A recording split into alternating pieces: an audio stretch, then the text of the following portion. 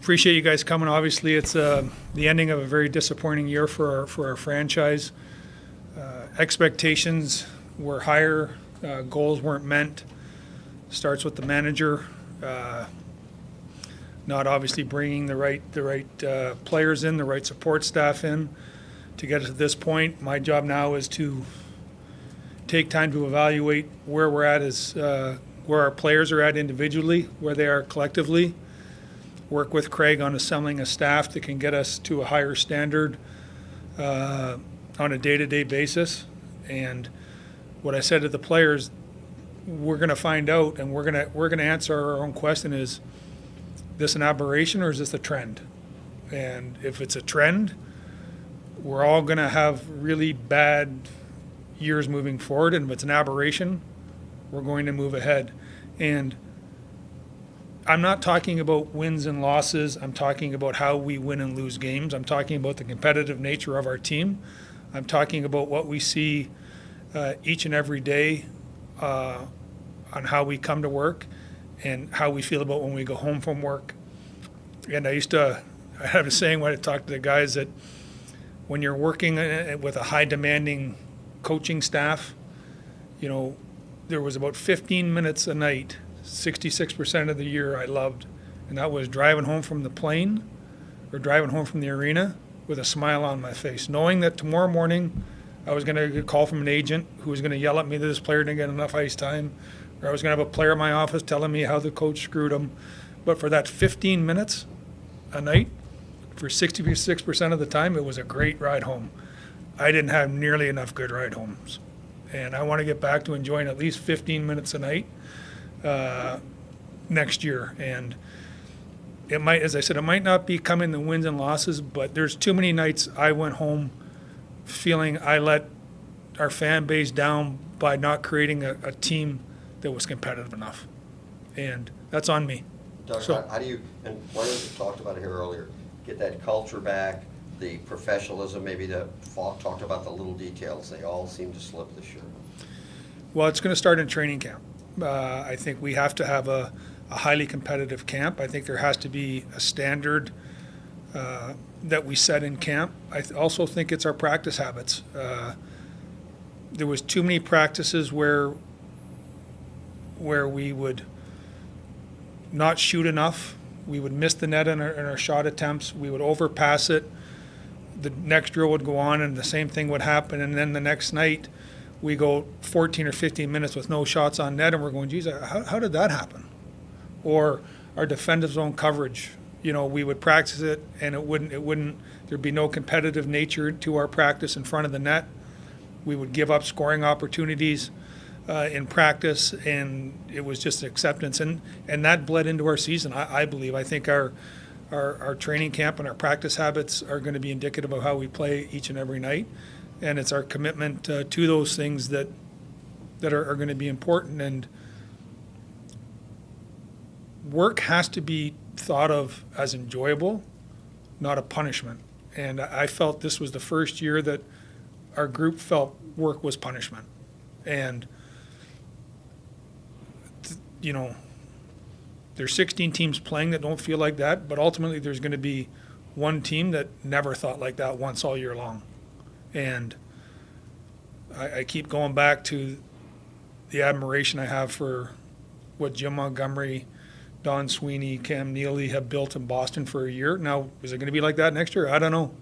But all I know is this year is they've been the standard that we've all looked at, offensively, defensively, competitively, that give you hope in hockey that those players still exist. And now they might lose 4 straight, but it's still not going to affect how I think they did this year. You said that I didn't build a roster that was competitive enough. You know, obviously when you put it together, you have good intent. How do you compare the intent of what you did building the roster with how it played out and wasn't competitive? I think, obviously, Jared, I'm not sitting here today shocked that we're not in the playoffs, so I probably have had some time to digest it. I haven't had enough time to go through it with the people that I really value their opinions on that, which is obviously starts with Craig. His job up until 2 nights ago was to prepare. Now he has to evaluate and self-evaluate, evaluate his staff, and evaluate the players on how it got to be non-competitive. I just think that we as an organization let our standards slip to what was acceptable in the things that the fans never saw, which was the practice sessions, the preparedness for practice. There's things that you see when the guys are going on the ice at 11 o'clock and I go get a coffee at 10:50 to go out and watch, and you see what guys are doing to prepare, I've never seen before. And those are things that we have to address. And they're little things. I'll share quite a few things. There's things that I don't understand, and I've said to some of the veteran players that this is the most disconnected I've felt with the largest part of our organization, our players. It started in the pandemic. That my kids, and I refer to my kids because they were, they're in their late 20s now, and so they don't know what an 18 to 25-year-old is dealing with now, and it's something to be totally different. And I have to spend the summer, and Craig and I have to spend the summer talking to people, professional people that know what these players go through to what makes them tick. Because what makes me tick was what my dad used to do, which was cuff me upside the head and kick me in the ass and not really care what I really thought about it. That's not working anymore. And I was able to understand what the 20 to 30-year-old was going through when I could see how my kids were reacting to things in life. I don't get it anymore. And it's my job to get it or get out. And that's my summer project is to work with people to find out how do you get to these guys, what makes them tick. Like an example for me would be players today. There's a group of players, and I'm not saying they're bad or they're wrong, or I have to understand how to get to them. Is they'll play 18 minutes to get an 18-second shift that can go on YouTube and get 1 million likes and think that was a good night. I have to understand what makes them think like that, and how do we say you can have that, but can you also give us this? And it's a good summer project for an old man. Are you talking about like a sports psychologist, or talking to people like that? Or? That's what. Yeah, I have to find people I don't really need to know what's going through the mind of a 21-year-old at Mizzou. I need to know what's going on with a 21-year-old high-level athlete. And so I have to find out who's dealing with high-level athletes from 18 to 25, and I have to ask them, what do I need to do to give them the best chance for success? Because I don't believe I'm doing that right now, because I don't believe I understand what they're going through. Army, when you talk about preparation, practice habits, I assume you're looking at your leadership group as well. And is there a guy right now on your roster that you're comfortable with putting the C on their jersey? You feel like you have that guy on your team right now who can lead this team moving forward as your captain? It's something, again, I want to deal with Craig at. It's something I thought about when Alex left, is that what is the role of a captain, and is the role of a captain in sport anymore? I don't know if there is. I think that you have such a group dynamic in everything these guys deal with, a leadership group, this group, that group. I don't know if you need a C or if you need multiple A's to pull a team together. I also think that if you're a leader, you don't need a C. You don't need Rich Matthews to sew a letter of the alphabet on your jersey to indicate that you're a leader. You're going to do that with your actions every day. But that's a more global question on the captaincy, and that's something I've been struggling with, quite honestly, since Petro left, is it a one-man job anymore? And my inner circle are ex-players in Mellenby and McGinnis, Timmy Taylor, non-players, Peter Chiarelli, who's won a Stanley Cup, a President's Trophy, been to the final. So I have a good inner circle. I gotta tap into those guys on what they think we need to do. And then I also got to go to my Rolodex of guys that I got a ton of respect for that are recently retired, the Barrett Jackmans of the world, maybe the David Baxters of the world, people that I know internationally from other organizations. It's time for me to learn and grow so I can support these guys. So are you saying there could not be a C next year if you decide? I haven't decided, but I'm saying that there's certainly a possibility there couldn't be, but I guarantee we won't be announcing one in the next few months. Doug, is it you that makes, I know you get input from guys, but is it you that makes the final decision on the C? Ultimately, it is, yes. Just because I think when you're doing something like that, it has to have, you have to have a vision past the current year. You don't want to have revolving Cs, as I say that, and we've had revolving Cs, but it's not something that you put on someone hoping that it'll last a year or two so you can do it again. But ultimately, I won't do it in a vacuum where I'll just wake up one day and not let anyone know what I'm doing. But I think that's the management's responsibility. Other guys think it totally different. Other guys have a team vote, Right. you know. But you have a team vote, and next year 7 of the guys that voted for you are gone. Where's your leadership skills? Like, you know, where's your base? So I guess again, it won't go to a vote. Obviously, a big open question, but do you feel like you're close? Do you feel like you're far away? What's going on in your mind there when you look at the organization? Well, they said it would have been a great interview Thursday.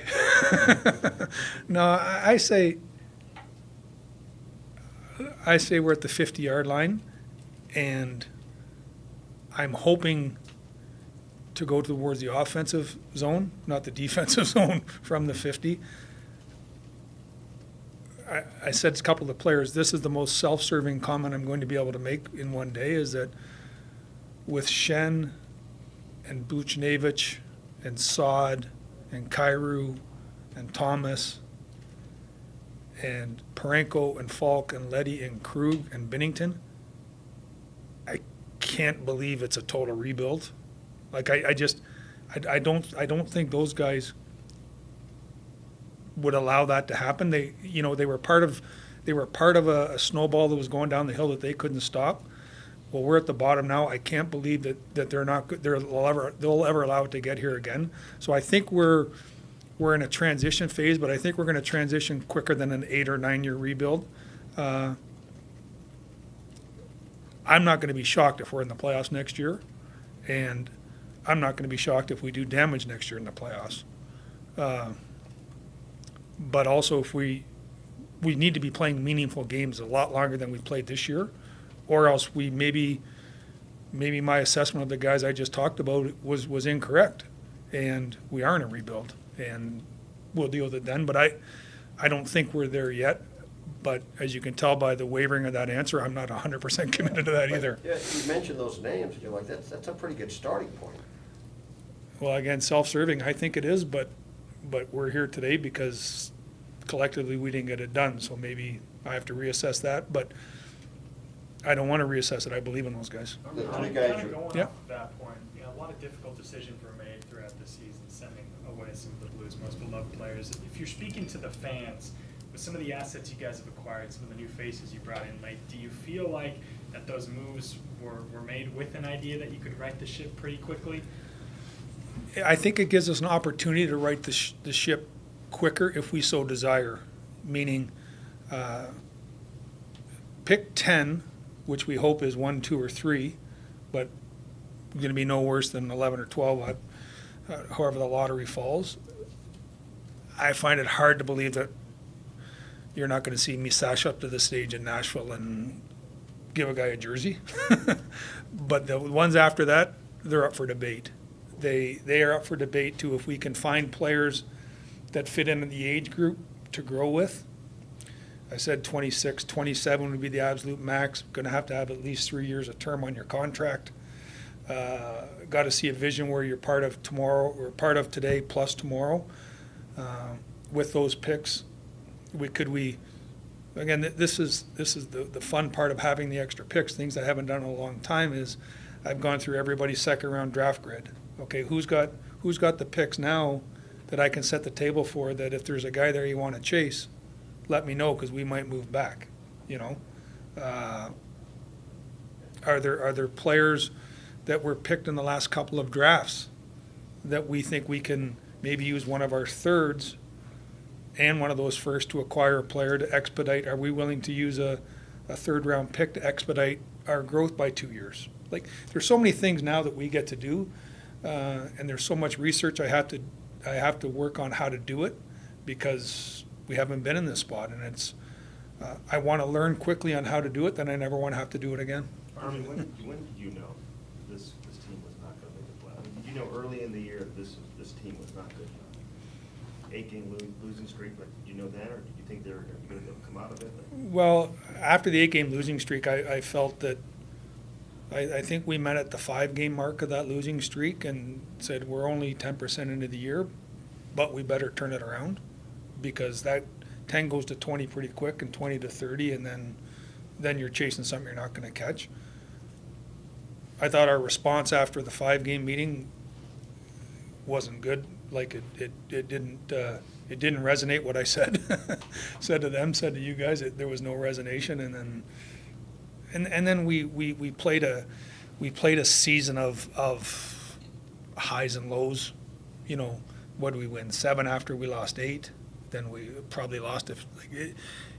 It just never felt comfortable that we had an identity or a foundation, and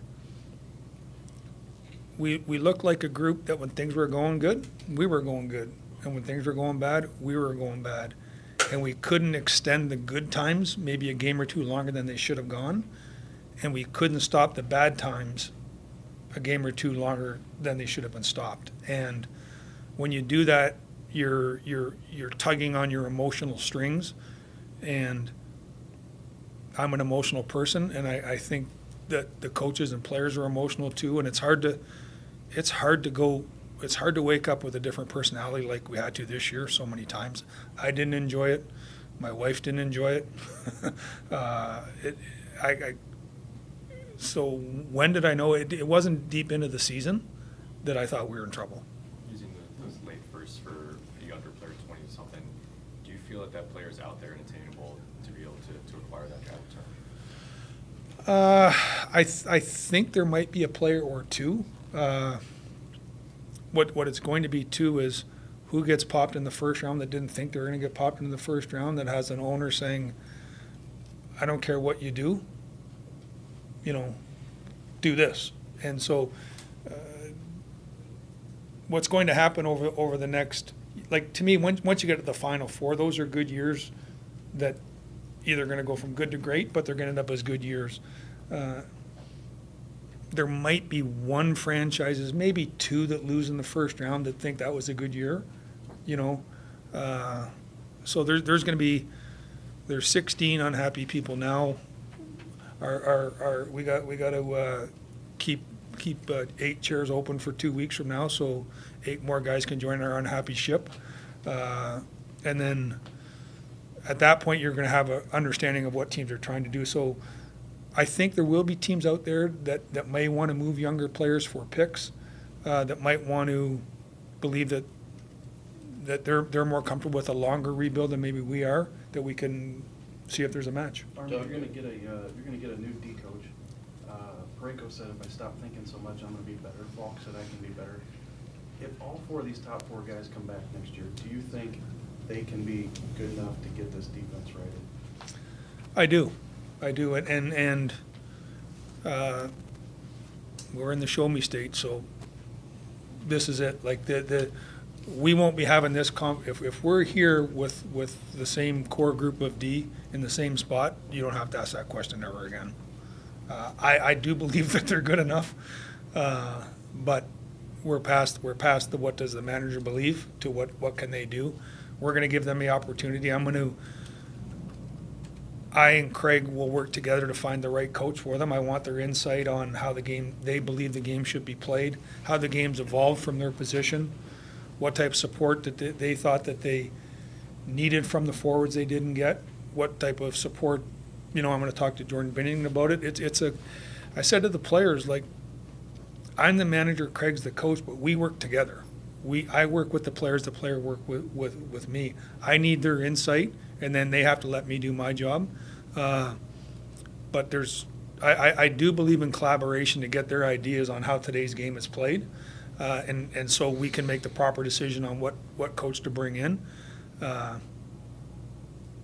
In sport, probably now it's almost college sport, but certainly in pro sport now, Mike Van Ryan got terminated after a good run here because we underperformed. Mike Van Ryan certainly is not the reason we underperformed. It's just the nature of today's beast is that you have to make changes for the sake of finding out where other people are at. And I should have started that with thanking Mike for a long run here, part of a championship team. Worked with guys. Guys knew that Rhino cared about him. Somebody that I was promoting last year for head coaching jobs that got interviews. Someone that I will promote for jobs as soon as the phone rings. He's a hell of a coach. He's got a hell of a career. And Mac T, I want to thank. I talked to him, and I told some of our veteran players that I don't know what Mac T was brought in to help us get over the hump again, to work with guys because he had won so many Stanley Cups and because he had been with organizations that could help you get to the next level. We got stuck in the starting block, so I never thought we gave Mac T an opportunity to share the things that I thought he could share with an experienced group, because we were floundering, Andy, as you asked when, right from the get-go. So it was hard for my vision. I thought Matt could bring to us. I could never tap in and have the guys tap into it because we never got to that level. How many coaches would you like to hire? Two, one, and is it important to have previous NHL bench experience? Somebody in the minors? What kind of coaches do you? I would say that the resume pool is going to be open for all applicants, from junior hockey to college hockey to American League hockey to NHL experience to no experience coaching. I want to get working on my summer project so I can find the right guy that has the skill sets to deal with today's people. And again, I don't think there's a wide variance between how Shen thinks and neighbors think. Like I don't think it's that huge, but there are small things in there, and if we can get a coach that understands those small things, it's only going to help us. Yeah. But answering that, there's no checkbox that you have to fill as of yet. Now, Craig and I have to sit down and, with the insight that I gained from the players and Craig gains from the players, finding the right guy that checks the boxes that we create. The boxes haven't been created yet. Do you think you'll hire two coaches or just one? My initial thought would be two because we let two go. But again, I have to find out what Craig thinks works best for him. Doug, what do you make of Binnington's season, and also how do you feel about, for lack of a better word, I'll call them tantrums, when he kind of loses a little bit? Yeah, Benner and I have talked about that. I think that competitively he's at a 9 level all the time, and it can roll over when things aren't going good for the organization, and I think it rolled over for him. I think he understands that. He and I have had some frank conversations about what life's going to be like for him for the next 2 years. It's not going to be easy. Like the NHL, the teams, they perceive that he's a gainable target, and I've told him that you're going to have to live with it. Like, you've created it, you own it, you enjoy it. Well, you got to live with it now. And so there's going to be the extra bump. It's going to be the extra whack on the glove. It's going to be the extra little talk in the crease. And it's not going to be when the game's 2-1. It's going to be when the game's 4-1, or he's having a bad night. When you're in the zone, they can say whatever you want. When your team's competitive, they can say whatever. It doesn't affect you. It affects you when you're angry, and at least it does for myself. When you're at wit's end, it's just that tiny little bit of straw that breaks the camel's back. And Benner's put himself in a spot where he's going to have to reinforce the back because he's created an environment for himself now where guys are going to push him. I think he's going to get through it. I think he can get through it. I think he's a good goalie. I think I talked to him today about it. His numbers are not going to get better until we get better defensively. How many tap-ins, backdoor tap-ins went in this year? And so you can make 7 great saves and have 8 great saves and have 2 back-in tap-ins and have an 800 save percentage. Not indicative of the play, indicative of the score. And so we have to get better defensively to give him an opportunity to get his numbers back. For us to have a good team, his numbers have to indicate that he's a top goalie. Do you have injuries that will need surgery this summer or any affecting training camp next year? I haven't heard from the doctors. Going into the last few games, I haven't heard of anything, no. Doug, throughout this season, there's been times when emotions have risen and tensions have risen. I'm just curious your perspective when it comes to a player, a young player like Jordan Kyrou with Craig Ruby. How do you see that relationship, and do you see any issues at all? Again, those are things I got to go back to. I got to understand what makes guys tick, but I think emotion is great. I think having a heated conversation is not a bad thing because it means you're engaged and the guy you're in a heated conversation's engaged. I've never seen a one-sided heated conversation. So it doesn't bother me. You know, you don't want to lose focus of what's going on, and you don't like if you're talking about the Nashville one, that's the perfect heated conversation you want to see as a manager. The period's over. Like your argument's not taking away what's going on the ice, and the other skaters saying, like, would you guys shut up? We got to get ready for a shift here. You know, so if you're going to have it heated like that, now I wish it had waited 8 more seconds till they got down the tunnel so they didn't have to deal with it publicly, but I love emotion, and I don't want to take the emotion out of Craig. I'm never going to neuter Craig's ability to show emotion, or the players. So that doesn't bother me one iota. Binner stuff doesn't really bother me. It bothers me when it's not done for the team's sake, but that doesn't happen very often. It's just when it goes to a level that the other team perceives they have an advantage, that's a concern, and that. But I didn't see that with that situation you were talking about, or most of them in general. Doug, what did you think of the play Rana and Kapanen, and also maybe going forward with those 3? Yeah, I thought they all took advantage of a new situation, and I thought it was great to see. You know, I try and look at it from the outside. So you're coming in to a franchise that having a bad day, having a bad year, and you walk in and you say, what's everybody so glum about? Like, they weren't part of it. And so they actually brought some positive energy to us, and then they started to have fun, and they started to score goals, and then all of a sudden Torp got a little happier, and then Walker got a little happier, then Pitlick got a little happier, and we started to play with a little bit more joy. So they helped change the last 6 weeks of our attitude, but now we need everyone to have that attitude coming in when things are going good or bad. But I would say that if those players continue to have if they have an 82 game season like they had, what they had when they got here, we're going to be very happy with their productions. Doug, a lot of the reaction I've gotten so far is you're not a playoff team.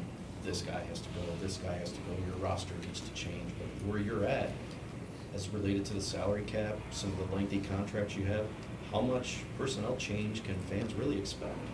Well, we got 6 or 7, 5 unrestricted. So they're like our fans saying move core players.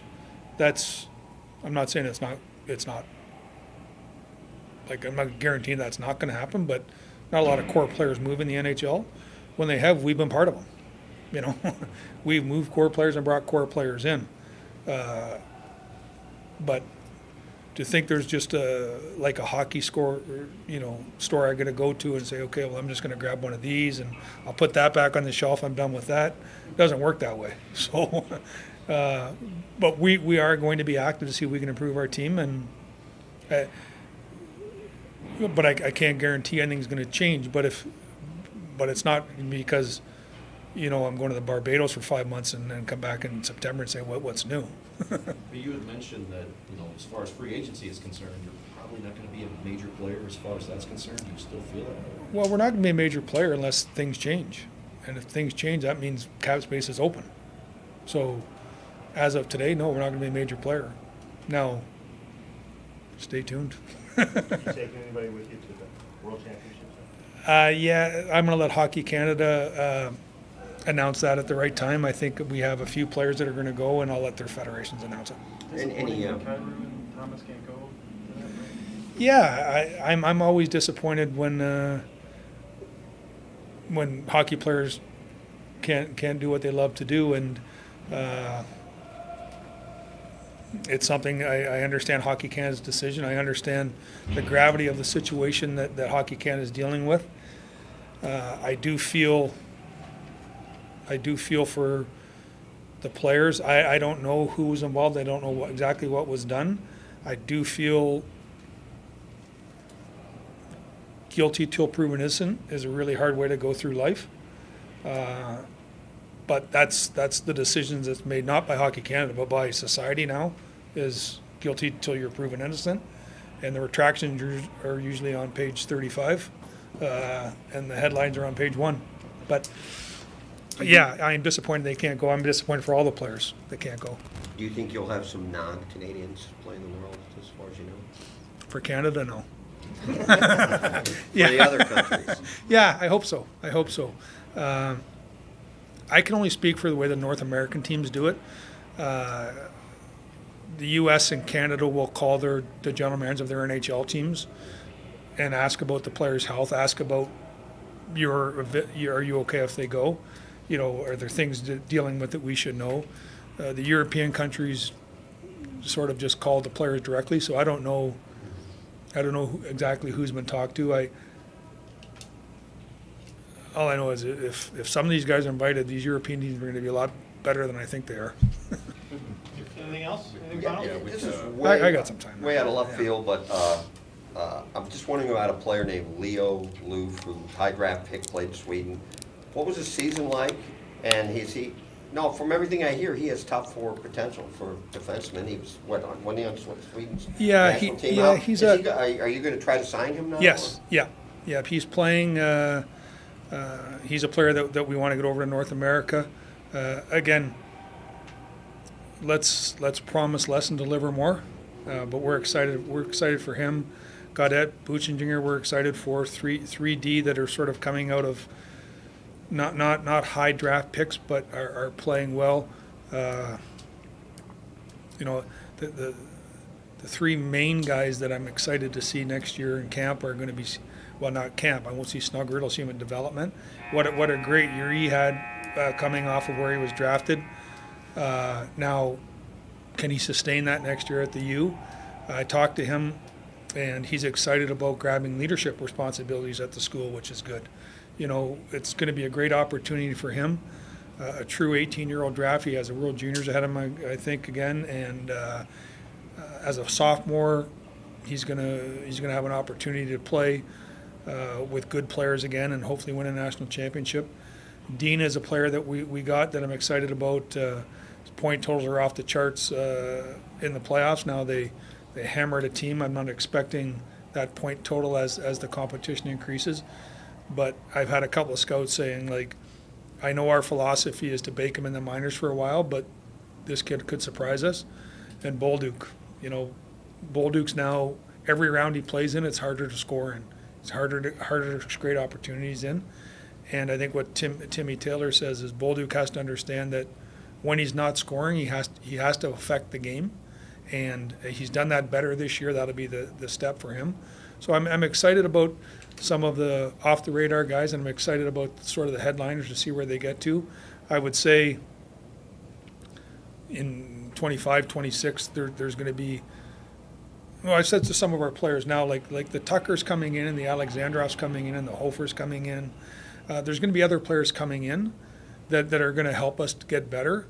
But the the three I just described could be difference makers. And I'm looking forward to seeing, are they players at all? B, are they going to end up being difference makers on the good teams? And they seem to have the talent level. Let's see where they get to with it. Tanner Dickinson, how is his health? And I mean, he's been out for a long time now. Yeah, you're going deep, eh? I like this. Well, I keep getting asked about him by I thought you were retiring. I am.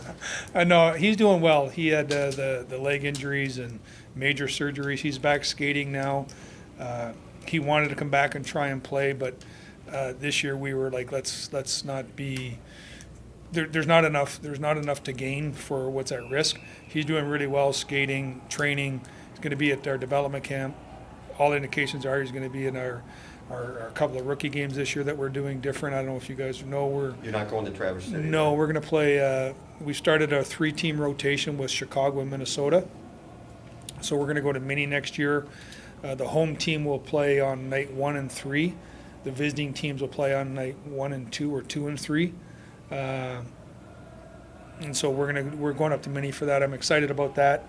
A little less stress on the players to get ready for camp. 3 and 4 or 4 and 5 was a lot to ask.